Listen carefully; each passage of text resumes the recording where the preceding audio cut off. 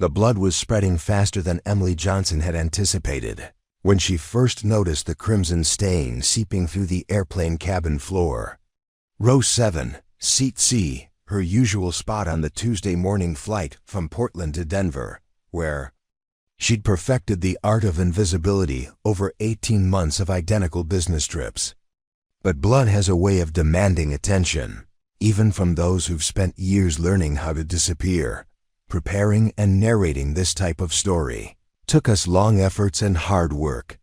So if you are enjoying the story, please consider subscribing to our channel. The Boeing 737 had been cruising at 37,000 feet when the medical emergency began, though Emily wouldn't understand the full scope of what was happening until much later. She'd been reviewing quarterly reports for Henderson and Associates, her accounting firm, when the passenger in 60, a middle-aged man in a wrinkled business suit, began convulsing violently.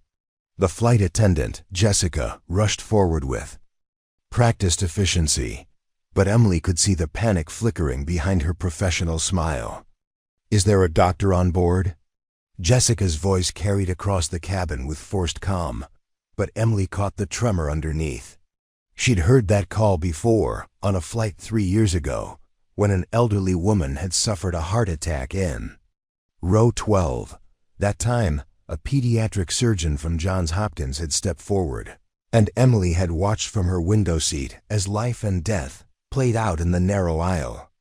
Feeling grateful that someone else possessed the courage she lacked, Emily Johnson had been invisible for so long that she'd almost forgotten what it felt like to be seen.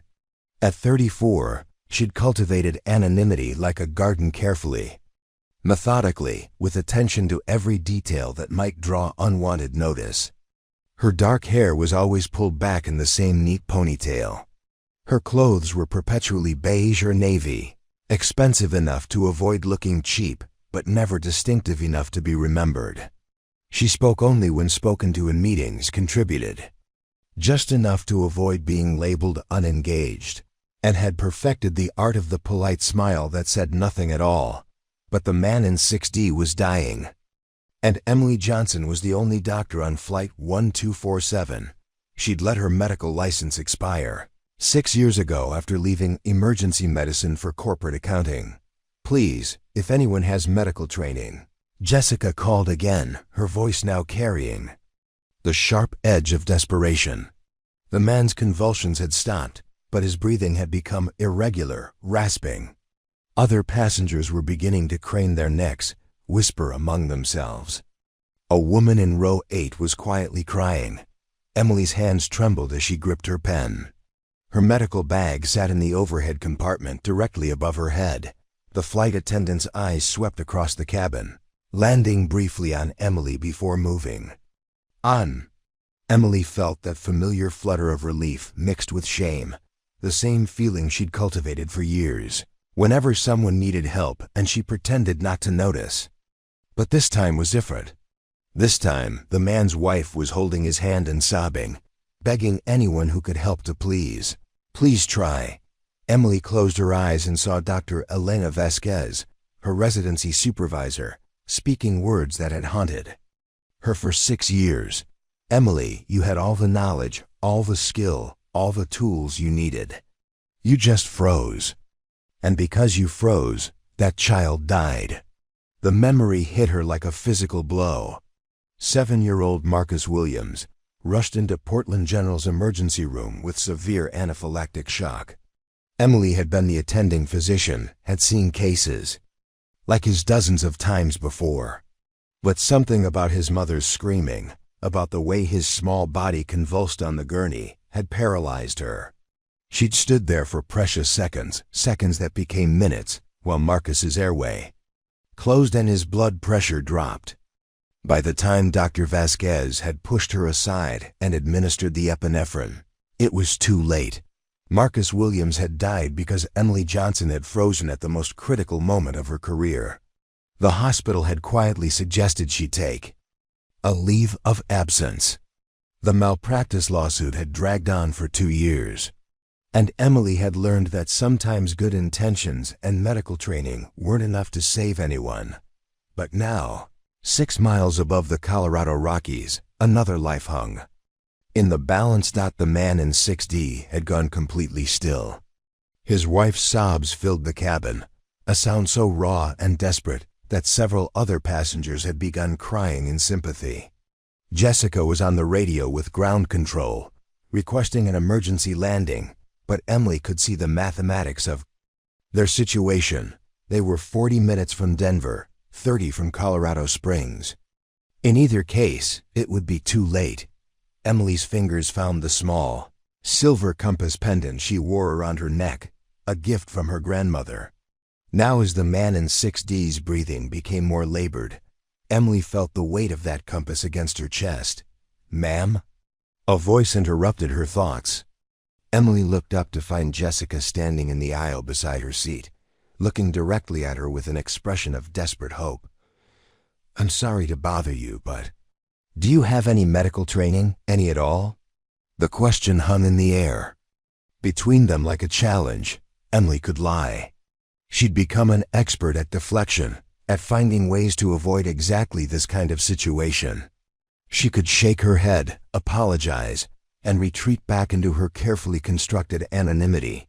Number 1 would blame her. No one would even remember she'd been there, but the man's wife had looked up at the sound of Jessica's voice, and Emily saw something in her eyes that she recognized, the same desperate hope she'd seen in Marcus Williams's mother's face 6 years ago, the same hope that Emily had failed to honor then. Emily's voice came out as barely a whisper. She cleared her throat, tried again. "I used to be a doctor." The words felt foreign in her mouth, like a language she'd forgotten how to speak. She hadn't said them aloud in years. Even her colleagues at Henderson and Associates didn't know about her previous career. Her official biography simply stated that she'd completed undergraduate studies in biology before transitioning to business. Jessica's face lit up with relief so profound it was almost painful to witness. "Thank God," she breathed. "Can you help him?" Emily stood on unsteady legs, her hands shaking as she reached for the overhead compartment. The medical bag felt heavier than she remembered, weighed down by years of guilt and the fear of failing again. But as she looked down at the man in 6D, really looked at him, with the clinical assessment skills she'd thought she'd lost, her training began to reassert itself. Mid-40s, probably around 180 pounds. Skin was clammy and pale, with a bluish tinge around the lips that suggested oxygen deprivation. His breathing was shallow and rapid, and Emily could see the irregular pulse jumping in his neck.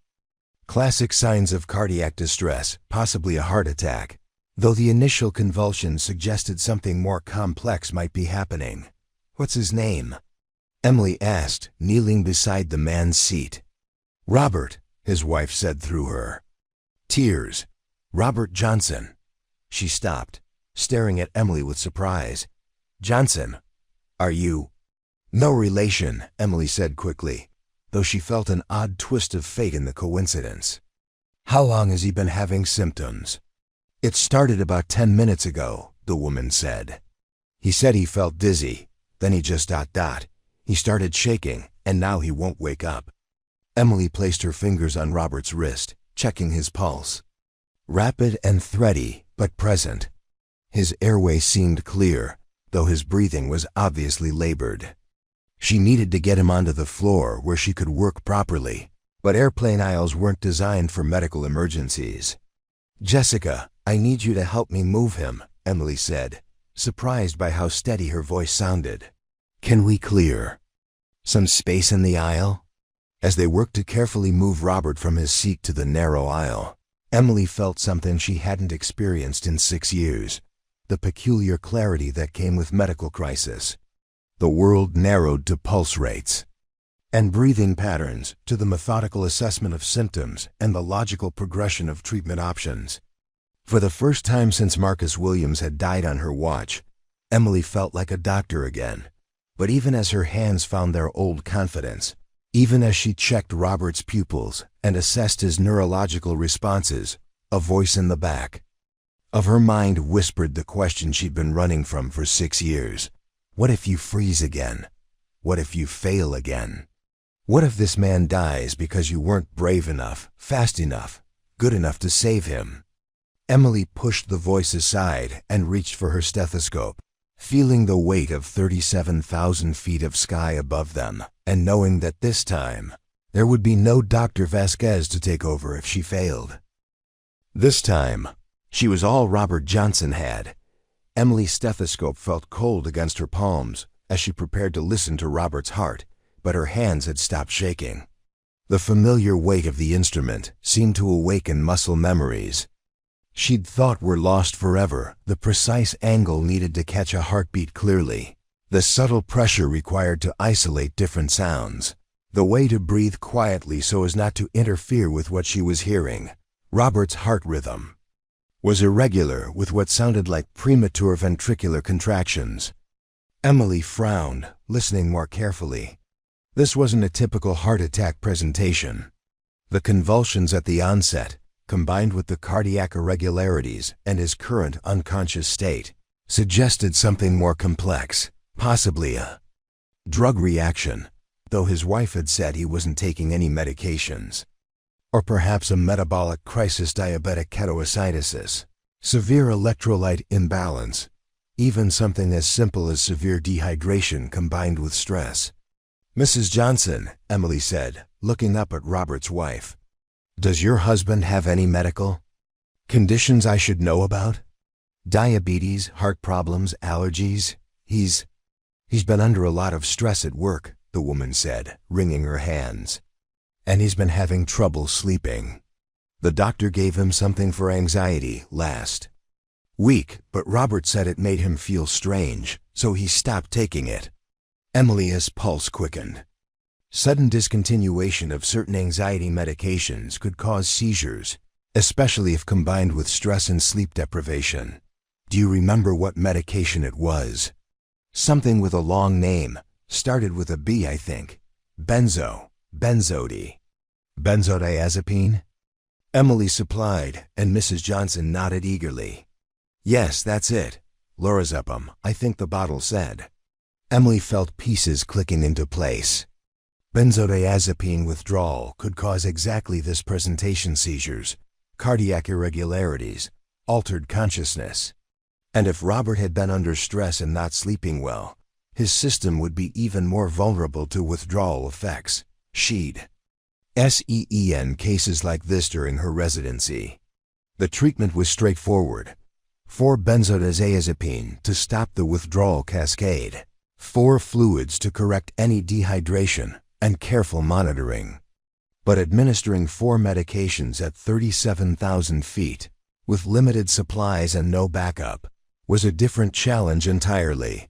Emily opened her medical bag and found the supplies inside: 4 tubing and bags of saline, a blood pressure cuff, basic medications including emergency doses of epinephrine, atropine, and lorazepam.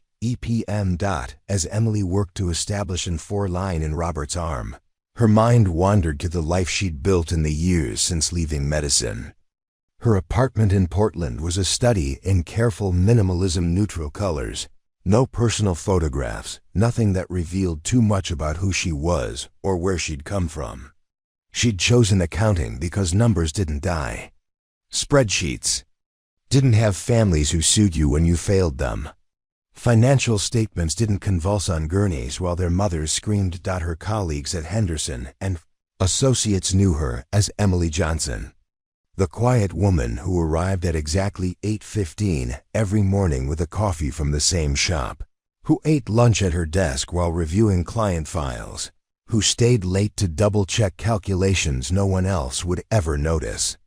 They knew she was reliable, thorough, and professionally invisible in the way that made her valuable to a firm that prized discretion above all else. None of them knew that she'd once worked 18-hour shifts in trauma bays, that she'd held the hands of dying patients while their families said goodbye, that she'd saved more lives than she'd lost until the one that mattered broke her completely.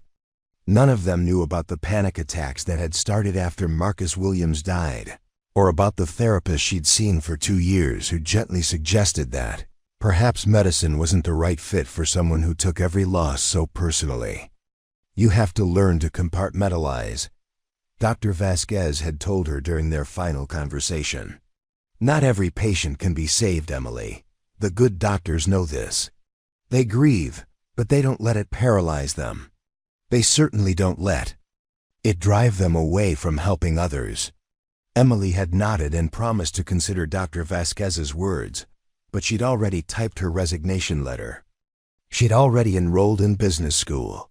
She'd already begun the long process of becoming someone else entirely, but now, as the 4 lines slipped smoothly into Robert's vein and she pushed a small dose of lorazepam to counteract the withdrawal effects, Emily felt the old satisfaction returning. His breathing immediately became more regular. His heart rate stabilized. The blue tinge around his lips began to fade as his oxygen levels improved. "Is he going to be okay?" Mrs. Johnson asked, her voice barely above a whisper. Emily checked Robert's pulse again, noting the improvement. "His vital signs are stabilizing," she said carefully. "But he needs to get to a hospital as soon as possible. This is just temporary support until we can land." She caught Jessica's eye and nodded toward the cockpit. "How far to Denver now?" "About 25 minutes, Jessica replied. "The pilots have already declared a medical emergency. We'll have paramedics waiting when we land." 25 minutes. Emily could keep Robert stable for 25 minutes. She'd done more with less during her residency. But as she settled into the aisle beside her patient, monitoring his breathing and pulse, the familiar weight of responsibility settled over her like a lead blanket. This was why she'd left medicine, she remembered. Not just because of Marcus Williams, though his death had been the final catalyst. She'd left because she'd never learned to carry the weight of other people's lives without feeling crushed by it. Every patient had become personal. Every emergency had felt like a reflection of her own worth as a human being. Every loss had taken a piece of her with it. That Emily thought about her Tuesday morning routine, the same flight, the same seat, the same careful distance from everyone around her. She'd built a life where no one needed her for anything more critical than tax calculations and quarterly reports, where failure meant a missed deadline or a misplaced decimal point, not a family destroyed by grief, but sitting in the aisle of Flight 1247, watching Robert's chest rise and fall in a steady rhythm she'd helped restore. Emily felt something she hadn't experienced in years. The profound satisfaction of being exactly where she was supposed to be. Doing exactly what she was meant to do. Her grandmother's compass pendant pressed against her chest, warm from her body heat. Emily remembered the last conversation she'd had with her grandmother before she died, 5 years ago. It had been right. After the malpractice lawsuit had been settled, when Emily was deep into her business school courses and trying to convince herself she'd made the right choice. "Miwa," her grandmother had said, reaching across the hospital bed to take Emily's hand. "You know what I regret most about getting old?" Emily had shaken her head, afraid to speak. "I regret all the times I was afraid to use the gifts God gave me. I spent so many years worried about what would happen if I failed that I forgot to celebrate all the times I succeeded. You saved so many people, Emily. Don't let the memory of one loss make you forget all the lives you touched." Her grandmother had died 2 days later, and Emily had worn the compass pendant to her funeral, promising herself she'd remember those words. But it was easier to promise than to practice. Easier to hide behind spreadsheets than to risk failing. Someone again. Emily checked her watch. 15 more minutes. Robert's color continued to improve, and she could see his eyelids beginning to flutter.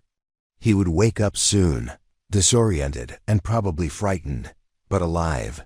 His wife would hold his hand while the paramedics took over his care, and by tomorrow, he'd be home recovering, probably with a prescription for a different anti-anxiety medication and strict instructions about withdrawal protocols.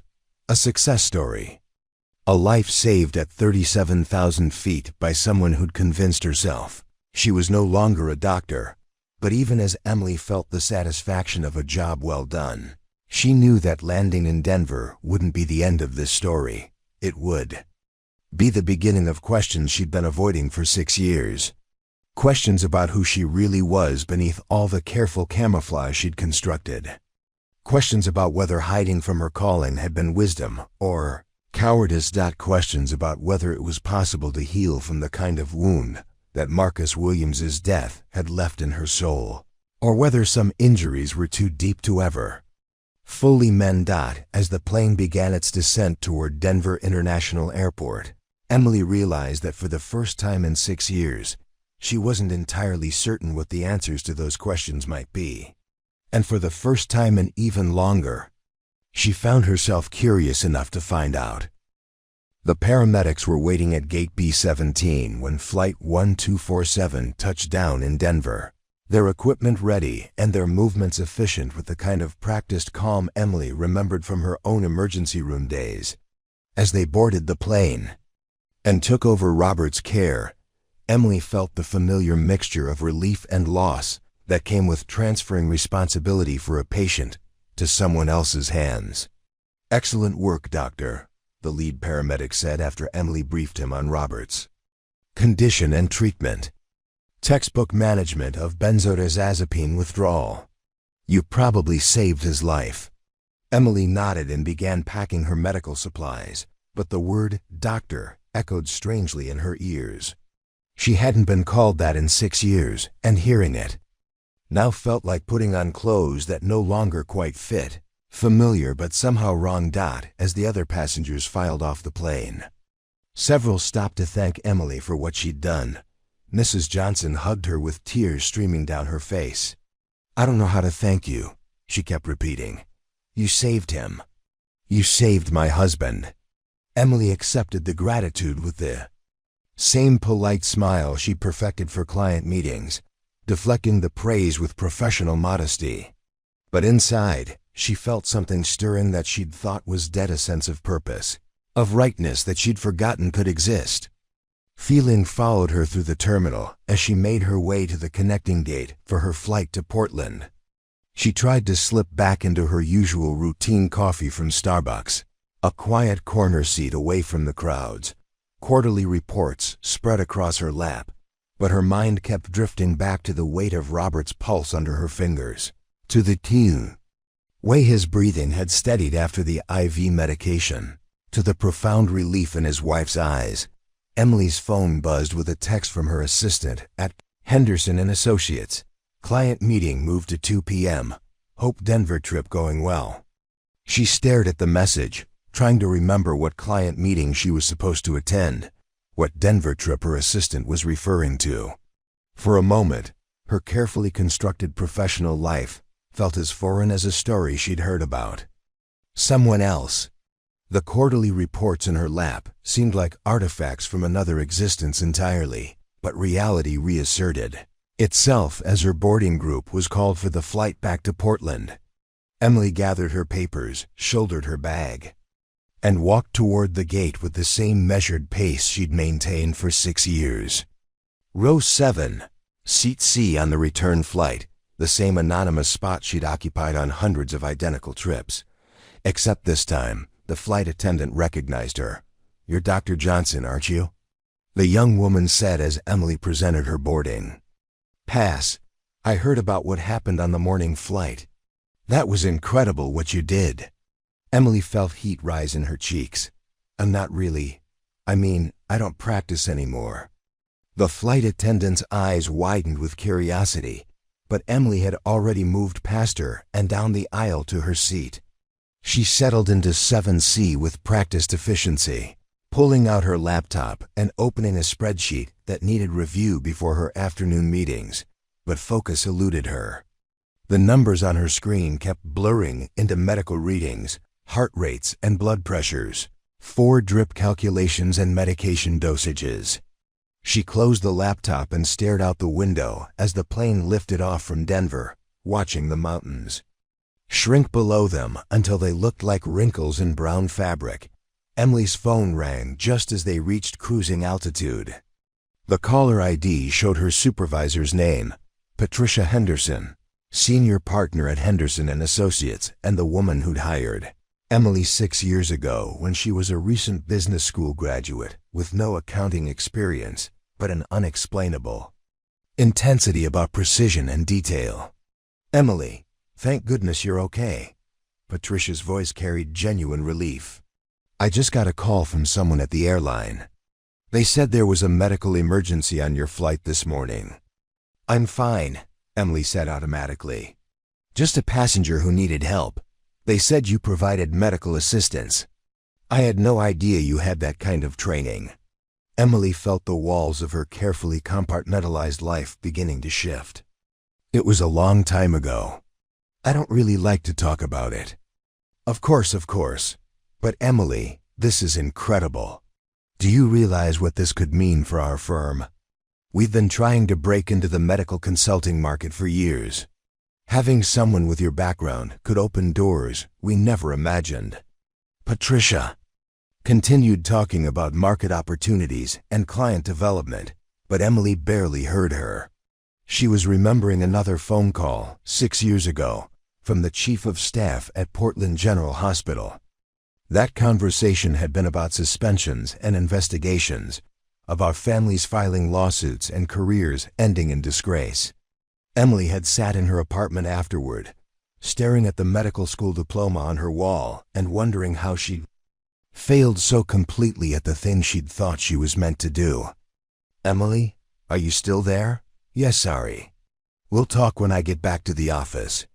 After hanging up, Emily leaned back in her seat and closed her eyes, but sleep wouldn't come.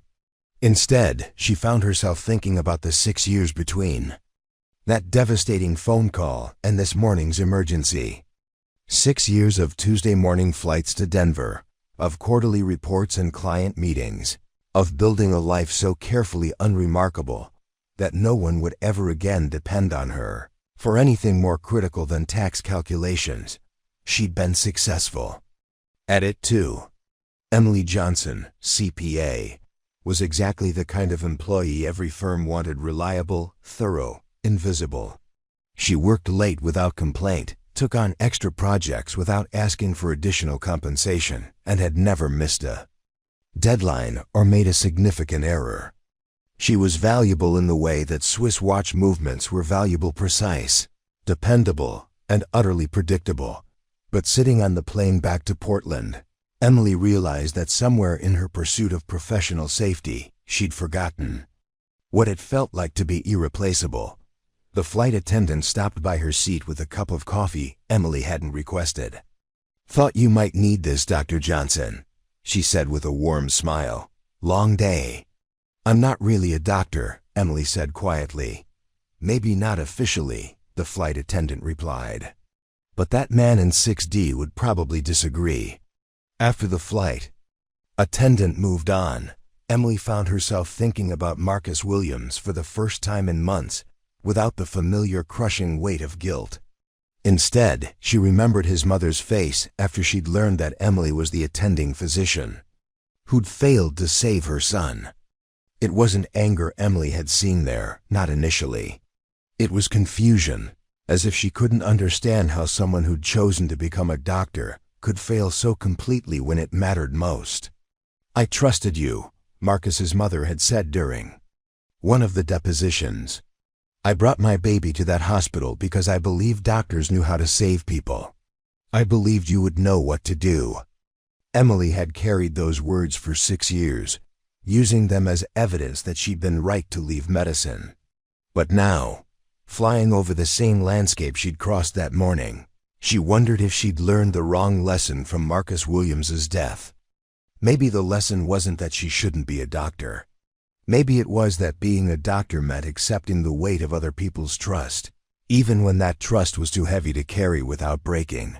Emily reached into her bag and pulled out the small leather journal she'd started keeping during her first year of business school, a habit her therapist had suggested for processing the transition away from medicine. She'd written in it religiously for the first few months, then sporadically, then not at all. The last entry was dated almost 3 years ago. She opened to a blank page and began to write, October 15th, Flight 1247. To Denver. A man almost died today, and I helped save him. I don't know why I'm writing this, except that I can't stop thinking about the way it felt to be useful again. To be the person someone needed me to be, instead of the person I'd been pretending to be. His name was Robert Johnson. Benzodiazepine withdrawal complicated by stress and sleep deprivation. Textbook case, really. I treated it like I had 6 years of experience instead of 6 years of exile.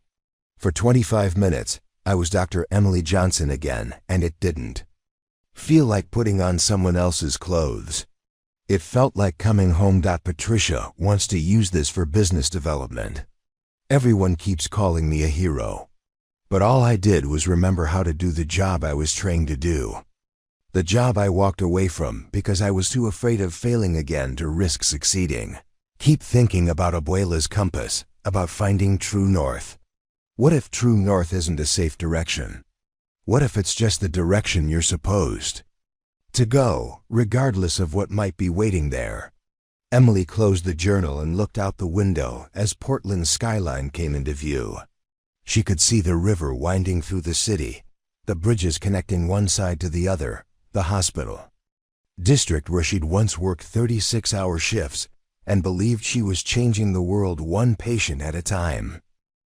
In 2 hours, she'd be sitting in her office at Henderson & Associates, reviewing client files and preparing for meetings about tax law changes and quarterly projections. Tomorrow, she'd take the same Tuesday morning flight to Denver, sit in the same seat, and read the same kinds of reports she'd been reading for 6 years. But something had shifted during Flight 1247's medical emergency. Something that couldn't be packaged back into the careful anonymity she'd cultivated. For the first time since Marcus Williams had died, Emily found herself wondering whether the life she'd built was the life she was meant to live, or simply the life she'd chosen because it was safe. As the plane descended toward Portland International Airport, Emily realized that safety and purpose were not the same thing. And for the first time in 6 years, she wasn't entirely certain which one mattered more. The Henderson and Associates office felt smaller when Emily returned that afternoon, as if her morning at 37,000 feet had changed the scale of everything earthbound. She sat at her desk reviewing client portfolios, but the numbers seemed to swim on the page, replaced by memories of heart rates and blood pressure readings, by the weight of responsibility that had felt so natural in the airplane aisle. Patricia Henderson appeared in her doorway at 3:47 p.m., carrying 2 cups of coffee and wearing the expression Emily recognized as her opportunity development face. Patricia was a woman who'd built one of Portland's most successful boutique accounting firms by identifying market niches before her competitors realized they existed. She was also, Emily had learned over 6 years, someone who never let personal details interfere with professional possibilities. "Emily, we need to talk," Patricia said, settling into the chair across from Emily's desk. "I've been thinking about this morning's incident, and I believe it represents a significant pivot point for our firm." Emily accepted the coffee but didn't drink it. "Patricia, I appreciate the interest, but I'm not sure. Do you know how many medical professionals need financial consulting?" Patricia interrupted, leaning forward with the intensity she usually reserved for major client acquisitions. "Doctors, hospitals, medical device companies, pharmaceutical firms. It's a billion-dollar market, and most accounting firms can't speak their language. But you could. I haven't practiced medicine in 6 years. So? You still have the education, the background, the credibility. And after today, you have a story. The CPA who saved a life at 37,000 feet. Do you know what kind of marketing value that has?" Emily felt something twist in her stomach. "I don't want to be anyone's marketing story." Patricia's expression softened slightly, but Emily could see the calculation behind her eyes. "I understand this is personal for you. But Emily, you're talented enough to build something extraordinary here. I'm talking about making you a partner, giving you your own division focused entirely on medical financial consulting. You could write your own ticket, partnership. Emily had fantasized about it during her first few years at the firm, had worked 60-hour weeks hoping to prove herself worthy of consideration. But hearing Patricia offer it now felt hollow, like being handed a prize she no longer wanted to win. "I need some time to think about it," Emily said. "Of course, but don't think too long. This kind of opportunity doesn't come around often." After Patricia left, Emily stared at her computer screen without seeing it. She'd built her entire post-medical career on the assumption that she wanted to be successful in business, that partnership and financial security would provide the satisfaction that medicine had failed to deliver. But Patricia's offer felt like a different kind of trap, one that would require her to perform her past trauma for professional gain. Emily's phone buzzed with a text from an unknown number. "Dr. Johnson, this is Robert's wife from this morning's flight. He's doing much better, and the doctor said your quick thinking probably prevented serious complications. We can't thank you enough. If there's ever anything we can do for you, please don't hesitate to ask." Emily stared at the message for a long time before typing back, "So glad to hear he's recovering. Take care of yourselves." But she found herself wondering what Robert's wife would think of Patricia's marketing scheme, whether she'd want her husband's medical crisis turned into a business development tool. The question made Emily feel sick, in a way she couldn't quite articulate. At 6:30 p.m., after most of her colleagues had gone home, Emily was still at her desk when her phone rang. The caller ID showed a number she recognized but hadn't heard from in over a year: Dr. Elena Vasquez. "Emily." Elena's voice carried the same authority it had during Emily's residency, but there was warmth there too. "I heard about what happened on your flight today. Good work. How did you—" Emily began. "Medical community's smaller than you think, especially when someone does something noteworthy. The paramedic who took over care from you is married to one of our A nurses. She told me what happened, and I had to call." Emily felt her throat tighten. Elena Vasquez had been more than a supervisor during Emily's residency. She'd been a mentor, a guide, someone who'd believed in Emily's potential, even when Emily had doubted it herself. Elena's disappointment after Marcus Williams's death had been almost worse than the lawsuit that followed. "I'm not practicing anymore, Elena. You know that. I know you left medicine after a very difficult case. I also know that you were one of the most naturally gifted emergency physicians I ever supervised. What you did today proves that talent doesn't just disappear. One case doesn't, Emily." Elena's voice carried the gentle firmness Emily remembered from their teaching sessions. "Can we have coffee sometime? Not about work, not about the past, just to talk." Emily found herself agreeing before her rational mind could intervene. They arranged to meet Friday morning at a cafe near the hospital district, and after hanging up, Emily sat in her darkened office wondering what Elena could possibly want to discuss after all these years. The next morning brought another Tuesday flight to Denver. Another trip to row 7, seat C, but this time, Emily found herself hyper-aware of every passenger, scanning faces for signs of distress, listening for irregular breathing patterns, watching for the subtle indicators of medical crisis she'd been trained to recognize. It was exhausting in a way she'd forgotten, the constant vigilance that came with medical training, the inability to turn off the diagnostic part of her brain even when she wasn't officially responsible for anyone's health. Nothing happened on the flight. No emergencies, no crises, just 2 hours of routine air travel that left Emily feeling strangely disappointed. She'd prepared herself mentally to help again, had double-checked her medical bag before boarding, had even chosen an aisle seat instead of her usual window spot in case someone needed assistance. But Flight 1249 to Denver was blissfully uneventful. The irony wasn't lost on her.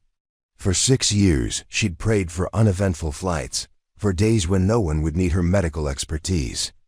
Now, having remembered what it felt like to be useful, she found herself almost hoping for another chance to prove that Monday's success hadn't been a fluke. Emily's Denver client meeting was with Morrison Technologies, a medical device startup that needed help structuring their Series B funding round.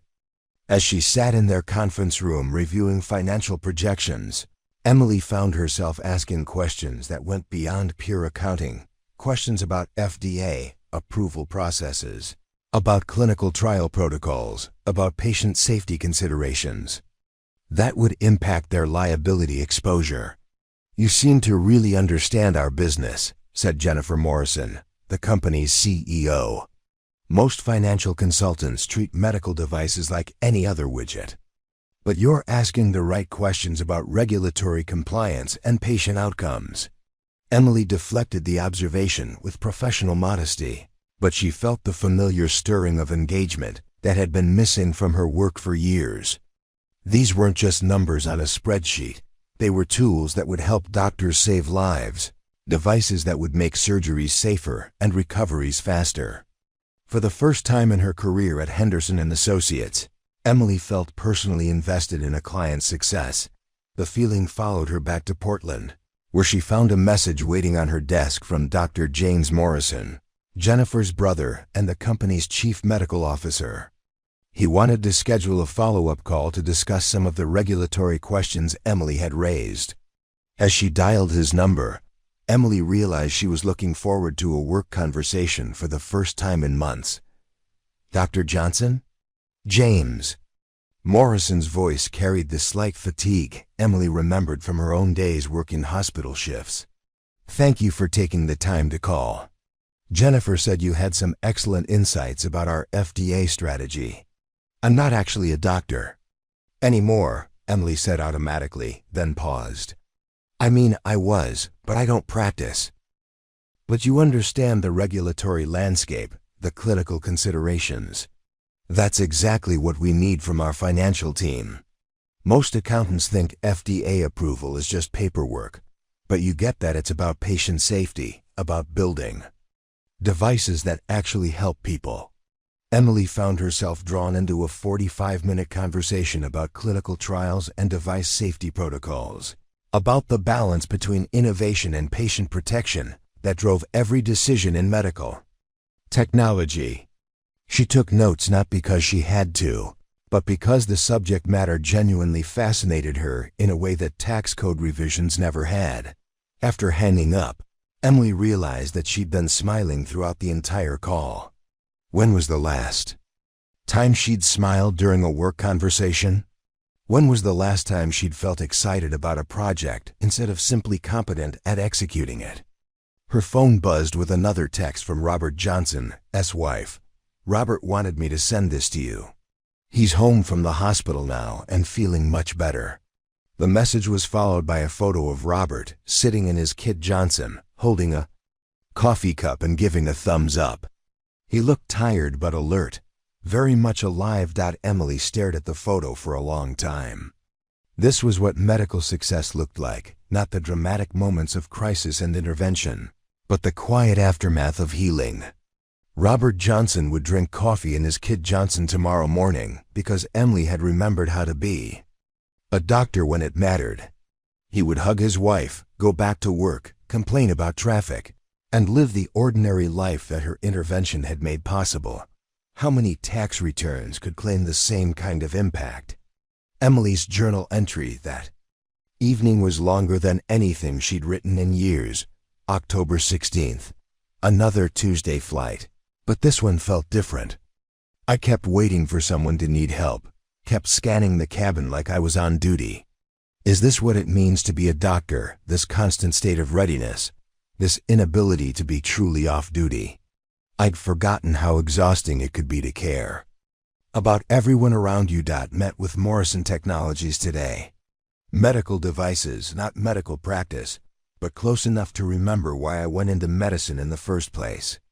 I wanted to help people. I wanted to make a difference. Somewhere along the way, I convinced myself that avoiding failure was the same as achieving success. But they're not the same thing at all. Patricia wants to make me a partner based on one Emergency at 37,000 feet. Part of me knows I should take it. It's everything I thought I wanted when I started at Henderson and Associates. But another part of me wonders if accepting would be like putting a Band-Aid on a compound fracture. It might cover the wound, but it won't actually heal anything.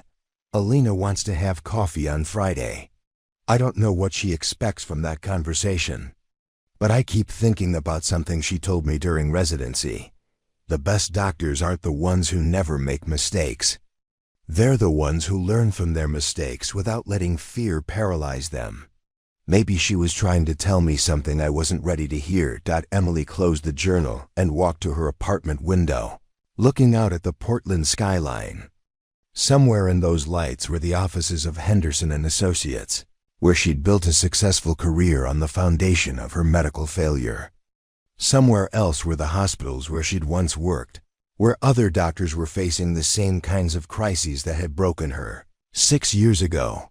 And somewhere between those two worlds was the person Emily was trying to decide to become. Her grandmother's compass pendant caught the light from the window, and Emily remembered something else her grandmother had said during those final hospital visits. Mia, a compass doesn't point to where you are. It points to where you need to go, but you still have to choose to take the first step. Emily had spent 6 years standing still, convinced that movement in any direction would lead to another devastating failure. But Monday's emergency had reminded her that standing still was its own kind of failure. Failure to use the gifts she'd been given.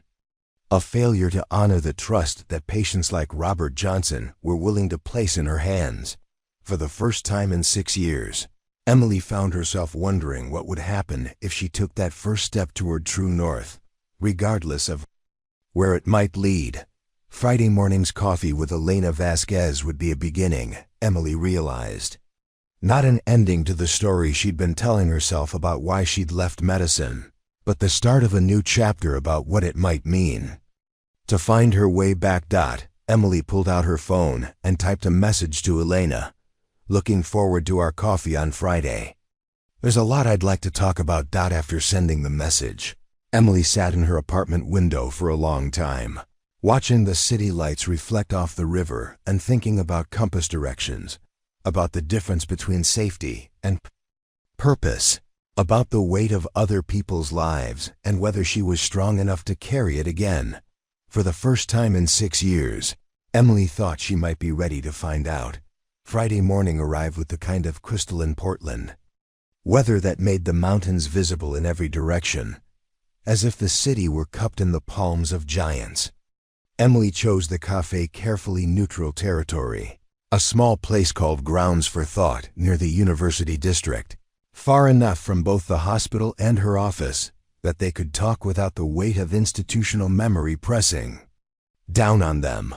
Elena Vasquez arrived exactly on time, looking older than Emily remembered, but carrying herself with the same confident authority that had made her legendary among medical students. Her hair was more gray than black now, and there were lines around her eyes that spoke of years spent making life and death decisions, but her handshake was as firm as ever. "You look good, Emily," Elena said as they settled into a corner booth. With their coffee, different, but good. More at peace than I expected. "I don't know about peace," Emily replied. "More like ... suspended animation, maybe." Elena laughed, a sound Emily remembered from their better teaching moments. Suspended animation. That's an interesting way to describe a successful accounting career. They talked about safe topics first. Elena's recent promotion to Chief of Emergency Medicine, Emily's work at Henderson and Associates, the changes in Portland's medical landscape over the past 6 years. But Emily could feel Elena assessing her, looking for something beneath the polite conversation. "Emily," Elena said eventually, setting down her coffee cup with the deliberate movement Emily remembered from their most serious discussions. "I need to tell you something about Marcus Williams." Emily felt her stomach clench. "Elena, I don't think, please let me finish." Elena's voice carried gentle authority. "I should have told you this 6 years ago, but I was angry." Angry at the situation, angry at the outcome, and yes, angry at you for freezing at such a critical moment. But I've learned things since then that you deserve to know. Emily wanted to leave, wanted to retreat back to the safety of her accounting office and her Tuesday flights and her carefully constructed anonymity. But something in Elena's tone kept her seated. Marcus Williams didn't die because you froze for 30 seconds, Elena continued. The autopsy showed massive anaphylaxis, complicated by an undiagnosed heart defect. His reaction was so severe, his cardiac abnormality so significant, that even if you'd administered epinephrine immediately, the outcome would likely have been the same. Emily stared at Elena, unable to process what she was hearing. But you I said you froze, and you did. But Emily, even the best doctors freeze sometimes. The difference is that most of us freeze when it doesn't matter as much. You were unlucky enough to freeze when a child was dying, but that child was going to die regardless of your response time. Elena reached across the table and touched Emily's hand. I should have told you this during the investigation. I should have fought harder to keep you in the program. But I was dealing with my own guilt about not being there, about not recognizing the severity of his condition when he first came in. I let my frustration with the situation cloud my judgment about your potential as a physician. Emily felt tears she hadn't allowed herself to shed in years, burning at the corners of her eyes. But his mother was grieving. She needed someone to blame, and you were the most convenient target. That doesn't make her feelings invalid, but it doesn't make you responsible for her son's death either. The words hit Emily like a physical blow, not because they were harsh, but because they were kind. For 6 years, she'd carried Marcus Williams's death like a stone in her chest, proof of her failure as a doctor and as a human being. To learn now that her guilt had been misplaced, that she'd abandoned her calling based on a misunderstanding of her own culpability, was almost too much to bear. Why are you telling me this now? Emily asked, her voice barely above a whisper. Because of what happened on that flight, Elena said. Because you saved Robert Johnson's life, and you did it with the same instincts and skills that made you such a promising resident. Because I realized that letting you carry unnecessary guilt for 6 years was another kind of malpractice. Emily excused herself and walked to the cafe's restroom, where she stared at herself in the mirror and tried to reconcile the story she'd been telling herself with this new information. She'd built her entire post-medical identity on the assumption that she'd failed Marcus Williams through incompetence and cowardice. But if Elena was right, if the child's death had been unavoidable regardless of her actions, then everything she'd believed about herself was wrong. Creating content like this requires significant time, research, and effort to craft meaningful stories. If you're finding value in this narrative, please take a moment to like, share, and subscribe to our channel for more compelling content. When she returned to the table, Elena was studying her with the same clinical attention Emily remembered from their training sessions. I'm not telling you this to convince you to come back to medicine, Elena said. You've built a successful career, and there's no shame in choosing a different path. But I am telling you this because you deserve to make that choice based on truth, not on guilt over something that wasn't your fault. Emily nodded, not trusting herself to speak. There's something else, Elena continued. I've been following your work at Henderson & Associates.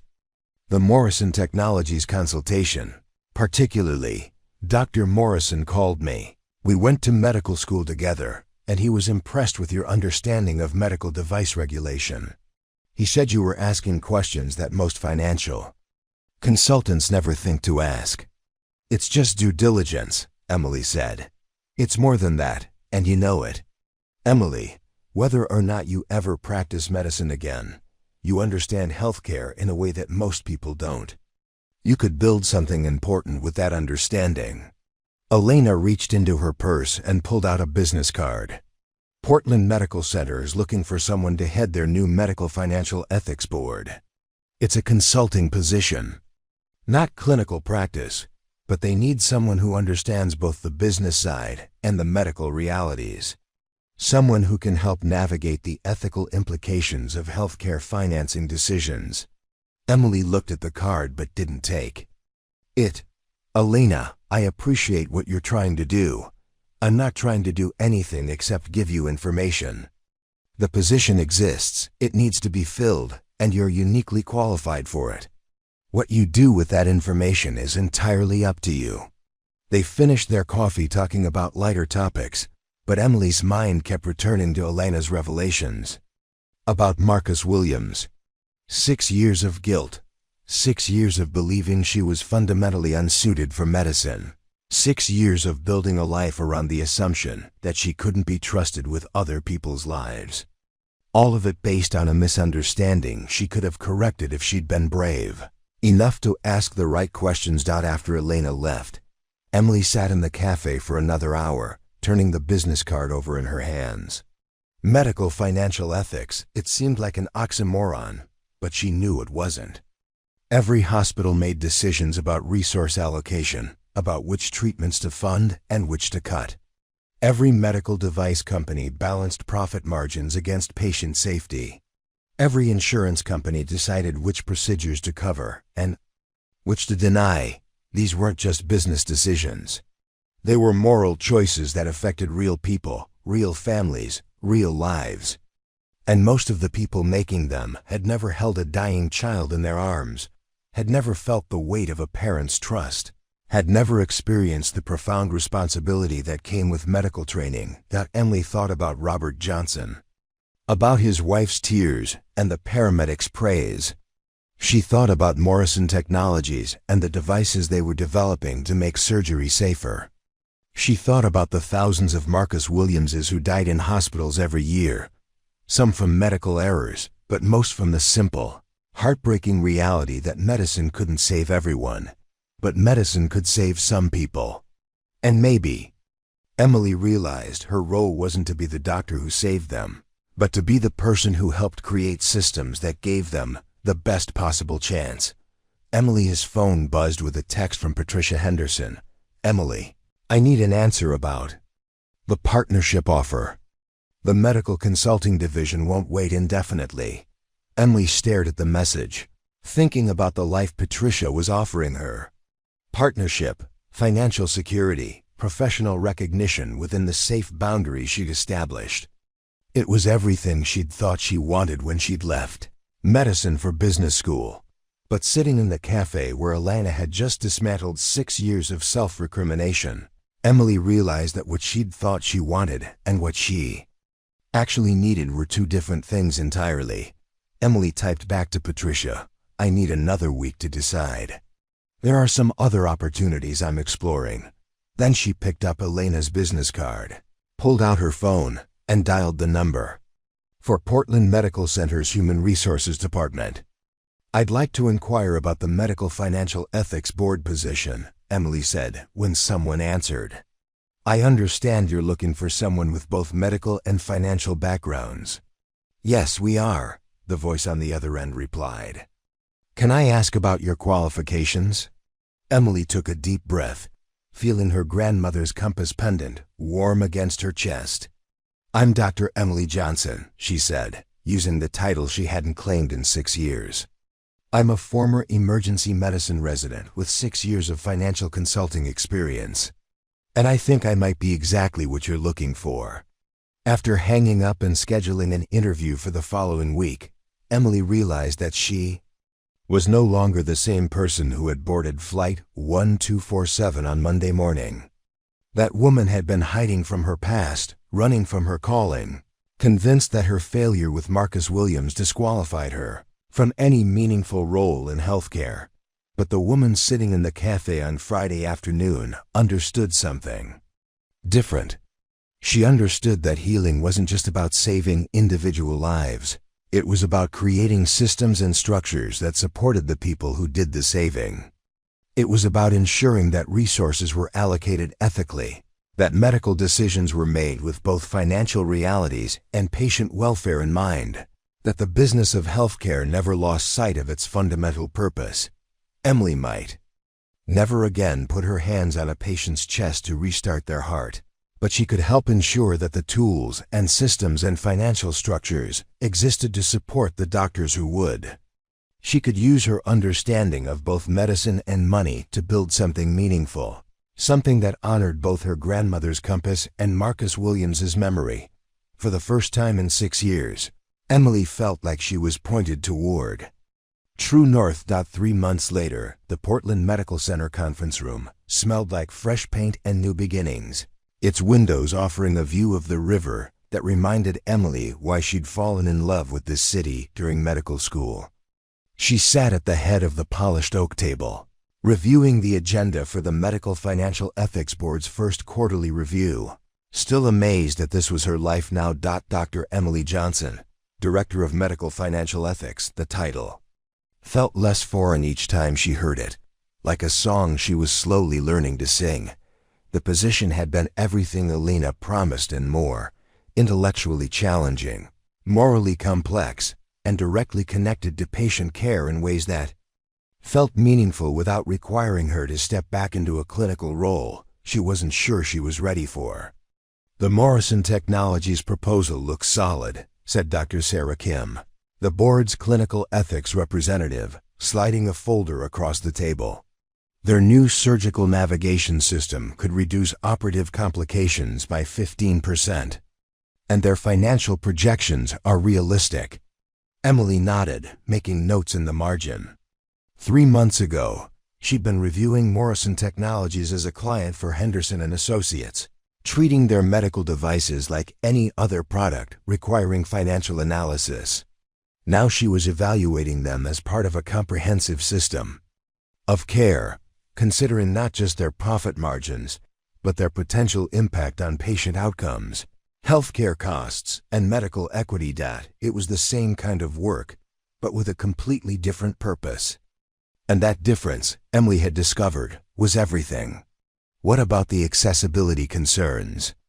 asked James Rodriguez, the board's patient advocacy representative. "Surgical navigation systems are great for major medical centers, but what about rural hospitals that can't afford cutting-edge technology?" Emily had learned to love questions like this, questions that forced her to think beyond immediate financial returns to consider broader implications for healthcare delivery. "Morrison has agreed to a tiered pricing structure," she said, consulting her notes. 50% discount for critical access hospitals, and they're developing a leasing program for facilities that can't afford the full purchase price. "That's good," Dr. Kim said. "What about training and support?" "Full implementation support included, plus ongoing technical training for surgical staff. They understand that technology is only as good as the people who use it." Emily felt a familiar satisfaction as the board worked through the details of Morrison Technologies' proposal, weighing financial realities against patient needs. This was what she'd been meant to do. She realized not to abandon the intersection of medicine and money, but to navigate it more thoughtfully. After the meeting ended, Emily walked back to her office through Portland Medical Center's corridors, past the emergency department where she'd once worked as a resident. She could hear the familiar sounds of hospital life monitors beeping, overhead pages, the hushed conversations of families waiting for news. Once, those sounds had triggered anxiety attacks. Now they felt like background music to important work. Emily's assistant knocked on her office door as she was reviewing the afternoon's calendar. "Dr. Johnson? There's someone here to see you. Says his name is Robert Johnson." Emily looked up in surprise. "Send him in." Robert Johnson looked healthier than he had at 37,000 feet, but Emily could see the hesitation in his eyes as he entered her office. He was carrying a small wrapped package and wearing the expression of someone who wasn't sure. His visit was welcome. "Dr. Johnson," he said, extending his hand. "I hope I'm not intruding. I was visiting my cardiologist down the hall, and I heard you were working in the hospital now. Please call me Emily, and you're not intruding at all. How are you feeling?" "Much better, thanks to you. I wanted to give you this." He handed her the wrapped package. It's not much, but... Emily unwrapped the package to find a small wooden compass, beautifully crafted and engraved with the words, "True North," on the back. She looked up at Robert in surprise. "My wife told me about the compass pendant you wear," he said. "She noticed it when you were helping me on the plane, I thought. Well, I thought maybe you could use another one. For your desk, maybe, to remind you that what you did that day mattered." Emily felt tears prick her eyes. "Robert, this is beautiful." "You didn't need to." "Yes, I did," he said firmly. "You saved my life, and then you disappeared. I didn't even know your last name until someone at the airline told me. I've been thinking about that a lot, about how you helped a complete stranger without expecting anything in return. And then you just went back to your seat like nothing happened." Emily set the compass on her desk, watching the needle swing to magnetic north. "I was just doing what anyone with medical training would have done." "No," Robert said, shaking his head. "Most people would have stayed in their seats, hoping someone else would step forward. You chose to help, even though you didn't have to, even though it might have been easier to do nothing." After Robert left, Emily sat in her office holding the wooden compass and thinking about the strange circularities of life. 6 months ago, she'd been anonymous in row 7, hiding from her medical past and convinced that her failure with Marcus Williams disqualified her from any meaningful role in healthcare. Now she was using both her medical knowledge and business skills to help shape healthcare policy, to ensure that financial decisions supported rather than undermined patient care. Emily's phone rang, interrupting her thoughts. The caller ID showed Elena Vasquez's number. "Emily." Elena's voice carried warmth and what sounded like excitement. "I just heard about the Morrison Technologies approval. Excellent work. But I'm calling about something else. We have a situation that could use your expertise." "What kind of situation?" "Insurance coverage dispute. A new pediatric cardiac procedure that could save lives but costs more than traditional treatments. The insurance companies are balking. The hospital administration is worried about financial exposure, and the pediatric cardiac team is frustrated that money is getting in the way of medical care." Emily felt her pulse quicken. This was exactly the kind of ethical challenge she'd been hoping to tackle in her new role complex. Cases where financial realities and patient needs created genuine moral dilemmas. "Send me the files," Emily said. "I'll review everything and get back to you by Monday." "Emily," Elena's voice carried a note of personal warmth, "I'm proud of you. This is exactly what you were meant to be doing." After hanging up, Emily looked out her office window at the river flowing through Portland, at the bridges connecting different parts of the city into a cohesive whole. That's what her work felt like now, building bridges between the medical world and the business world, helping them communicate and collaborate instead of working at cross-purposes. Emily opened her laptop and began reviewing the pediatric cardiac case Elena had mentioned, immersing herself in the details of innovative surgical techniques and insurance reimbursement protocols. It was complex work that required both clinical understanding and financial acumen, exactly the kind of challenge that made her feel fully engaged for the first time in years. 6 months later, Emily stood at the podium of the Pacific Northwest Medical Ethics Conference, looking out at an audience of doctors, hospital administrators, insurance executives, and patient advocates. 6 months ago, she would never have imagined speaking publicly about medical ethics. A year ago, she'd been hiding in row 7 of airplane cabins, convinced that her medical career was over and her business career was all she deserved. "Healthcare financing isn't just about money," Emily said, her voice carrying clearly through the conference center's main auditorium. "It's about values. Every decision we make about what to fund and what to cut, about which treatments to cover and which to deny, reflects our beliefs about human worth and medical obligation." She clicked to her next slide, showing statistics about the pediatric cardiac procedure she'd helped push through the insurance approval process. 3 children in Oregon are alive today because we found a way to balance financial sustainability with medical innovation. That's what medical financial ethics looks like in practice. Not choosing between money and medicine, but finding ways to make them work together in service of patient care. After her presentation, Emily was surrounded by people wanting to discuss specific cases, ethical frameworks, policy recommendations. She found herself energized by the conversations, engaged with the complexity of healthcare financing in ways that her old accounting work had never provided. Dr. Jennifer Morrison approached as the crowd began to thin. Dr. Johnson, excellent presentation. I wanted to thank you again for your work on our device approval. The surgical navigation system is already showing impressive results. I'm glad to hear it, Emily said. How are the rural implementation programs working out? Better than expected. We've had 3 critical access hospitals report significant reductions in surgical complications since installing the systems. One of them said it was like having a specialist in the operating room, even when they were the only surgeon for 100 miles. Emily felt the familiar warmth of work that mattered, of professional expertise channeled toward meaningful outcomes. This was what she'd been looking for during all those Tuesday morning flights to Denver, not just success, but significance. 1 year later, Emily's Tuesday morning routine had evolved considerably over the past year. Instead of flying to Denver to review corporate tax strategies, she now spent Tuesday mornings at Portland Medical Center's satellite clinics, consulting on medical financial ethics cases that arose in community healthcare settings.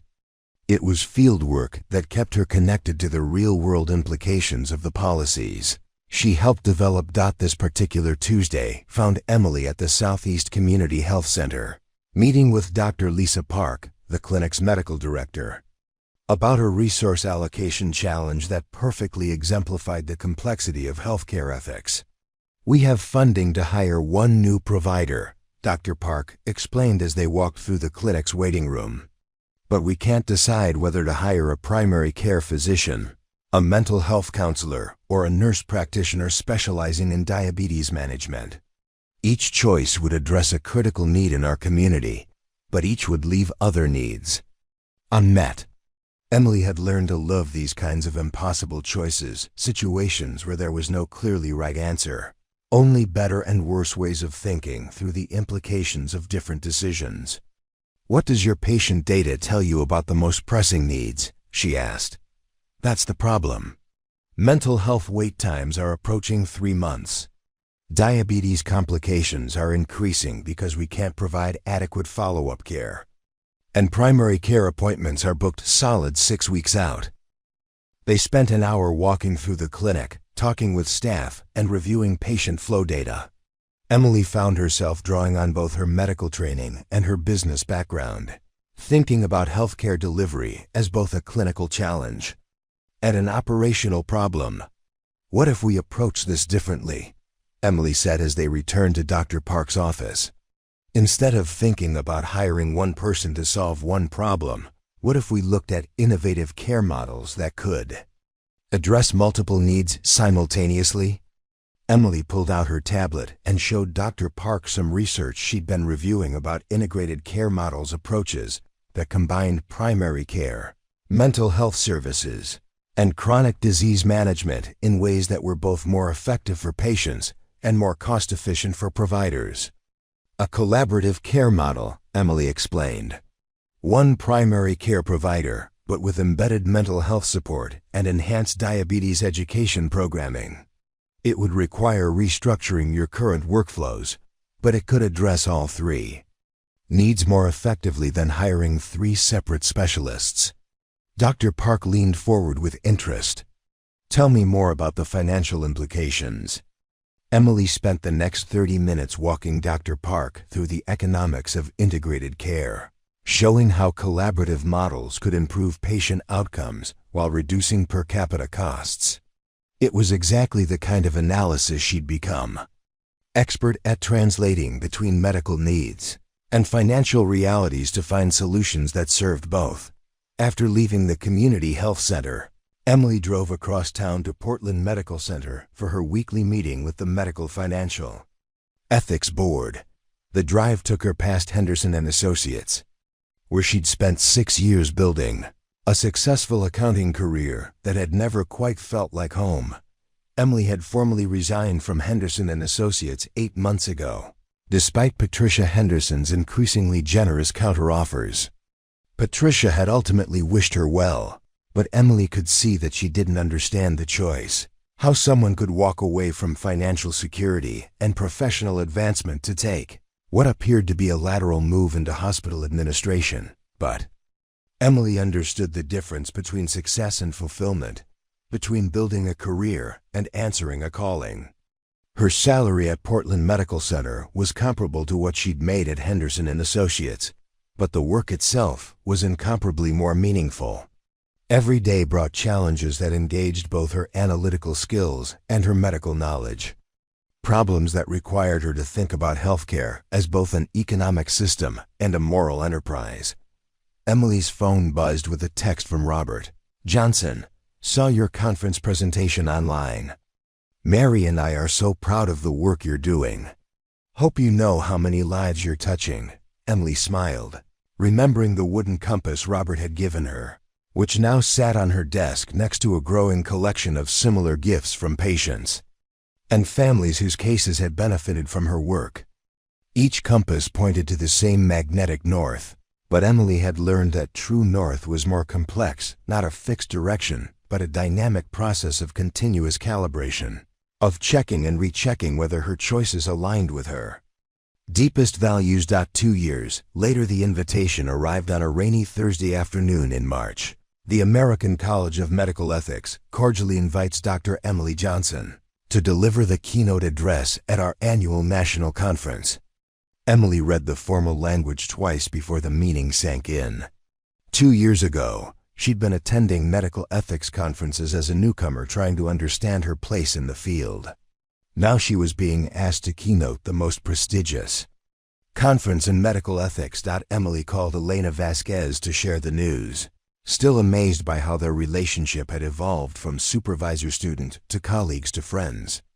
Elena had become not just a mentor but a champion, someone who helped Emily see her unique perspective as a strength rather than a limitation. "Emily, that's fantastic," Elena said when she heard about the keynote invitation. "What are you going to talk about?" "I'm not sure yet. Maybe something about the intersection of clinical experience and financial reality? About how understanding both sides helps create better healthcare policy." "That's good, but I think there's a deeper story you could tell. About what it means to find your way back to medicine after losing faith in your ability to practice it. About how different paths can lead to the same destination." Elena was right, Emily realized. The keynote wasn't just an opportunity to discuss medical financial ethics. It was a chance to tell a story about resilience, about finding new ways to serve when the old ways no longer worked, about the many different forms that medical calling could take. Emily spent weeks crafting her keynote speech, weaving together the story of Marcus Williams and Robert Johnson, of anonymous airplane seats and medical conference podiums, of the journey from failure to purpose. She wrote about the difference between abandoning medicine and evolving within it, about how her accounting skills had become tools for advancing healthcare rather than obstacles to medical practice. The night before the conference, Emily sat in her hotel room in Chicago, reviewing her notes and thinking about the path that had brought her here. On her bedside table sat the wooden compass Robert Johnson had given her, its needle pointing steadily north. Next to it was her grandmother's silver compass pendant, the one she still wore every day as a reminder of the importance of finding true direction. Emily opened her laptop and pulled up the final version of her keynote speech, rereading the conclusion she'd spent so much time perfecting. We often think of medical calling in narrow terms, as the obligation to diagnose and treat, to put our hands directly on patients and heal them with clinical intervention. But medicine is larger than any individual practitioner. It's a system, a community, A web of relationships and resources all directed toward the alleviation of human suffering. I learned this lesson in the most painful way possible, by believing I had failed medicine so completely that I had no choice but to leave it entirely. But what I discovered over 6 years of exile is that you can't really leave medicine if it's truly your calling. You can only find new ways to answer it. Today I want to challenge all of us to think more broadly about what it means to serve in healthcare. Yes, we need excellent clinicians who can diagnose and treat with skill and compassion. But we also need people who understand the financial realities of healthcare delivery. We need advocates who can navigate insurance systems and regulatory frameworks. We need bridge builders who can translate between clinical needs and business requirements. We need people who understand that sometimes the most important medical intervention isn't a medication or a procedure, but a policy change that makes life-saving treatment accessible to more patients. Sometimes the most crucial diagnostic skill isn't reading an X-ray, but reading a budget and understanding what it means for patient care. My journey took me from the emergency room to an accounting firm to a hospital boardroom, but every step of that journey was still medicine. Every step was still about healing, still about using my knowledge and skills to reduce suffering and promote health. The location changed, the tools changed, but the fundamental purpose remained the same. I share this story not because everyone should follow the same path I did, but because I want you to know that there are many paths. If you've ever felt like you've failed medicine, if you've ever wondered whether your particular combination of skills and interests has a place in healthcare, if you've ever thought you might have to choose between practical realities and medical idealism, I'm here to tell you that those false choices don't serve anyone well. Medicine needs all of us. It needs our different perspectives, our varied experiences, our willingness to approach healthcare challenges from multiple angles. It needs people who've learned that healing takes many forms, and that sometimes the most important medicine is the kind that happens in conference rooms and policy meetings, in insurance negotiations and resource allocation decisions, because, at the end of the day, it's all medicine. It's all about creating systems and structures that support human flourishing. It's all about using whatever tools we have to reduce suffering and promote healing. And there's room in that mission for every one of us who feels called to serve. Emily closed her laptop and walked to the hotel window, looking out at the Chicago skyline. Tomorrow she would stand in front of 500 healthcare professionals and tell her story, not as someone who had failed at medicine and found success elsewhere, but as someone who had discovered that medicine was bigger and more flexible than she'd originally understood. Emily touched her grandmother's compass pendant and smiled. True north, she had learned, wasn't always a straight line. Sometimes it was a spiral, sometimes a circle, sometimes a path that seemed to lead away from your destination before ultimately bringing you home. But if you kept checking your compass, if you remained honest about your values and open to unexpected directions, you would eventually find your way to where you belonged. 3 years later, Emily Johnson stepped off Flight 1247 from Denver on a Tuesday morning in October, exactly 3 years after the emergency that had changed everything. She was returning from a consulting trip to Children's Hospital Colorado, where she'd spent the week helping them develop innovative financing models for pediatric specialty care. But this wasn't the same Emily who had once sat anonymously in row 7, hiding from her medical past and convinced she had nothing meaningful to contribute to healthcare. This Emily carried herself with quiet confidence, wore her medical knowledge as comfortably as her business acumen, and had learned to see her unique combination of skills, not as a professional compromise, but as a professional advantage. As Emily walked through Portland International Airport, she passed the gate where Flight 1247 typically departed for Denver. For a moment, she paused, remembering the woman she'd been when she'd first boarded that flight 3 years ago. That woman had been running from her calling, convinced that her failure with Marcus Williams had disqualified her from any meaningful role in medicine. But Emily understood now that calling wasn't about perfection. It was about persistence, about finding new ways to serve when the old ways no longer worked, about remaining open to the possibility that your greatest failure might ultimately lead you to your most important work. Emily's phone buzzed with a message from Dr. Elena Vasquez. Emily, just got word that the pediatric cardiac program you designed the financing for has now saved over 200 children's lives. Thought you should know. Emily felt the familiar warmth of meaningful work, of professional expertise channeled toward outcomes that mattered beyond quarterly earnings reports. 200 children who were alive because she'd found ways to make innovative medical care financially sustainable. 200 families who would celebrate birthdays and graduations and ordinary Tuesday mornings because Emily had learned to bridge the gap between medical need and economic reality. This was her true north. Emily realized not the dramatic interventions of emergency medicine, but the quiet, persistent work of making healthcare systems more ethical, more effective, more human. She might never again resuscitate a patient in cardiac arrest, but she was saving lives in her own way, creating structures that supported the doctors who did perform those dramatic interventions. Emily walked through the Portland morning toward her car, thinking about the keynote speech she would deliver next week at the International Conference on Healthcare Innovation.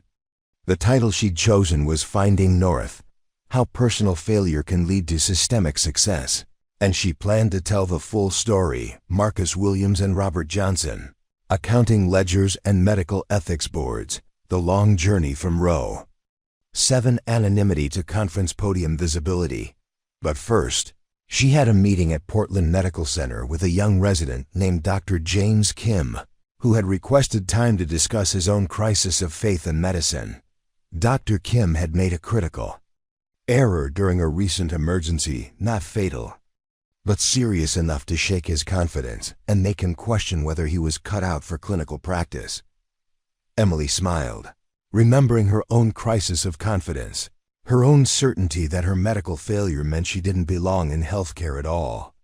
She was looking forward to telling Dr. Kim what she wished someone had told her 6 years ago, that medicine was bigger than any individual practitioner, that there were many ways to heal, and that sometimes the most important medical work happened in places that didn't look like hospitals or feel like traditional practice. Emily reached her car and paused before getting in, pulling out the wooden compass Robert Johnson had given her years ago. The needle pointed steadily north, just as it always did. But Emily had learned that magnetic north and true north weren't always the same thing. True north required constant recalibration, continuous checking of values against actions, persistent attention to whether your path was leading toward or away from your deepest purpose. For 3 years, Emily's S-compass had been pointing toward the intersection of medicine and ethics, toward work that honored both her clinical training and her business expertise. Every case she consulted on, every policy she helped develop, every young healthcare professional she mentored was a step in that direction. Emily got in her car and drove toward Portland Medical Center, past the Henderson and Associates building, where she'd spent 6 years in professional exile, past the coffee shop where Elena Vasquez had first told her the truth about Marcus Williams, past the university district where she'd learned to see her unique background as a strength rather than a limitation. The city looked different now than it had 3 years ago, not because Portland had changed, but because Emily's perspective had evolved. She no longer saw herself as someone who had failed at medicine and succeeded at business.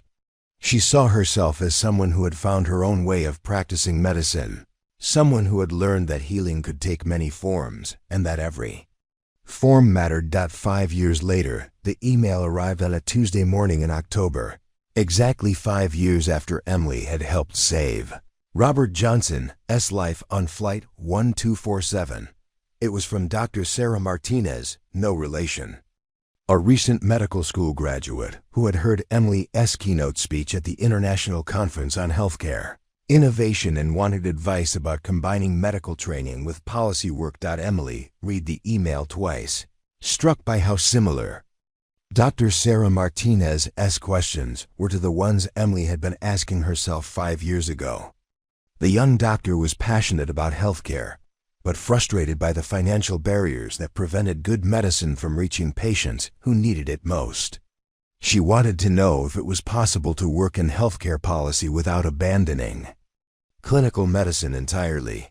Emily smiled and began typing a response, drawing on 5 years of experience bridging the gap between medical idealism and economic reality.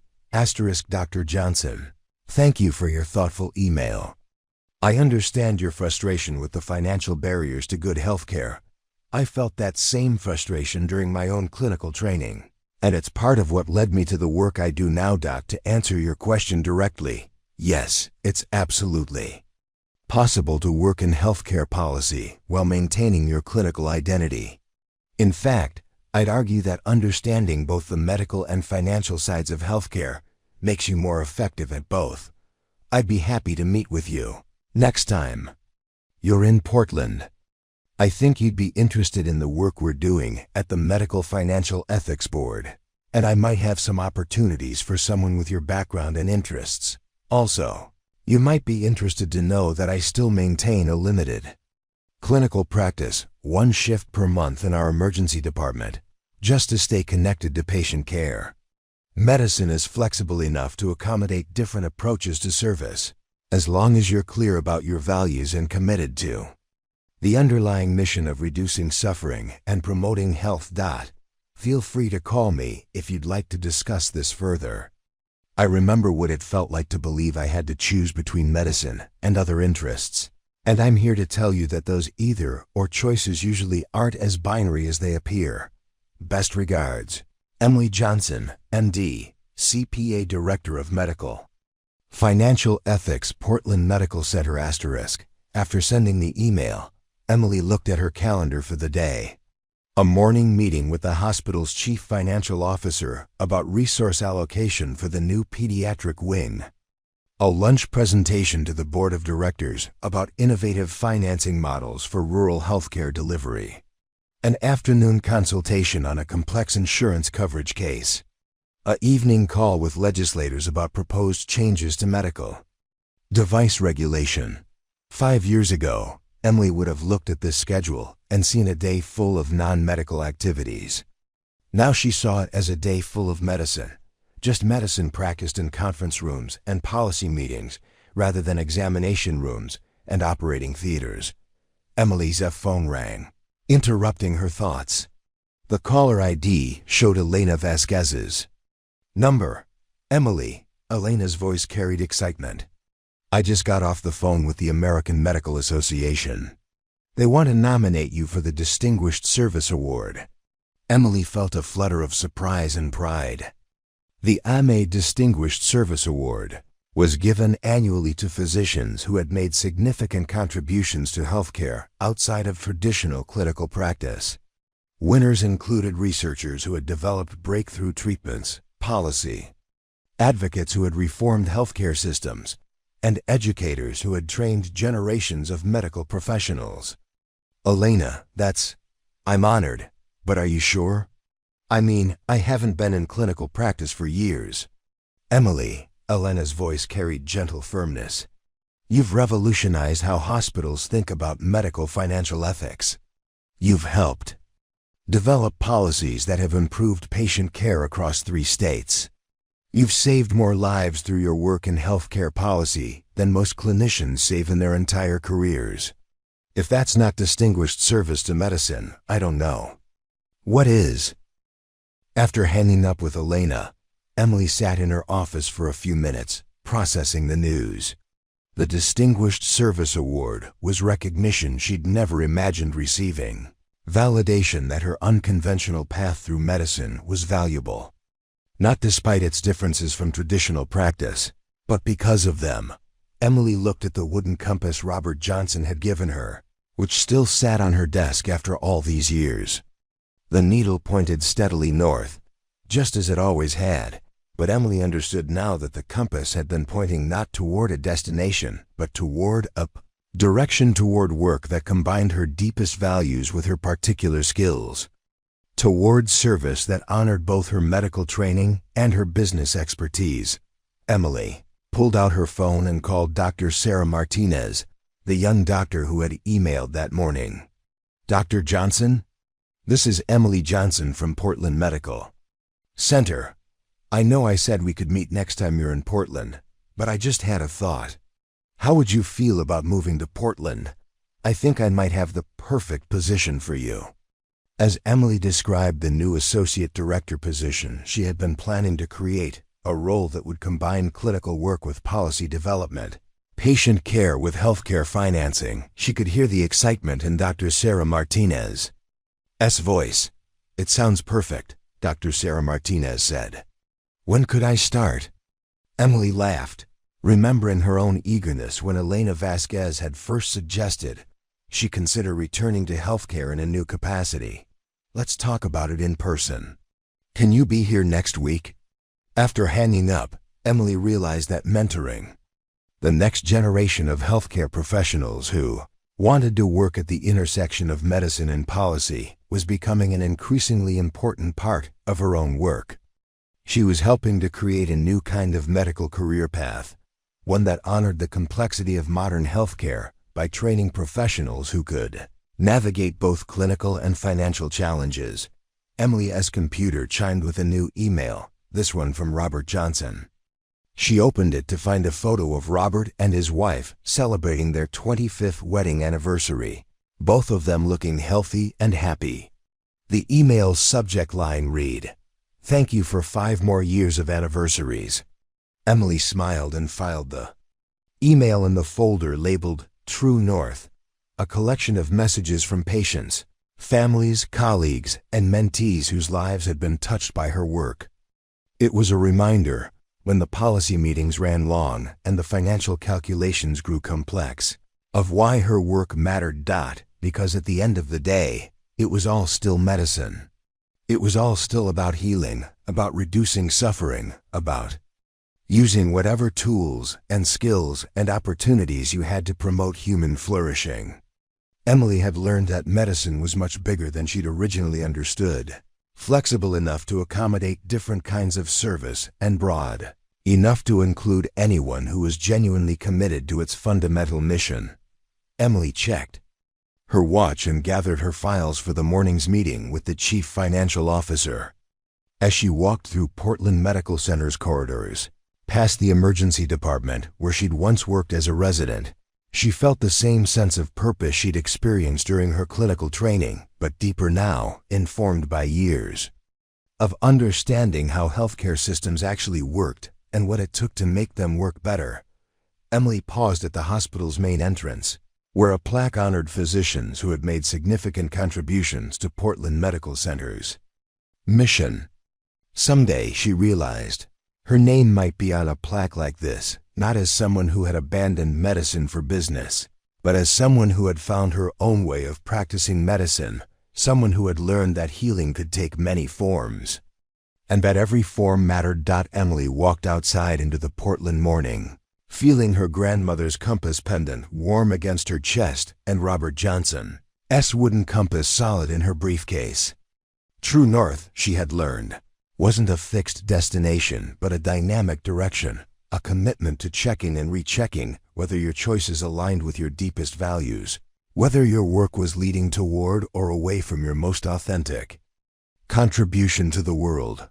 For Emily Johnson, that direction had led from anonymous airplane seats to medical conference podiums, from hiding her clinical past to integrating it fully into her professional identity, from believing she had failed medicine to understanding that she had simply found her own way of practicing it, and the compass needle kept pointing north, toward work that mattered, toward service that healed, toward a calling that was bigger than any individual practitioner, but made room for every person genuinely committed to reducing human suffering and promoting health. Emily smiled and walked toward her car, ready for another day of practicing medicine in conference rooms and policy meetings, Another day of proving that there were as many ways to heal as there were people called to the work of healing. Subscribe to our channel where silence is never forgotten.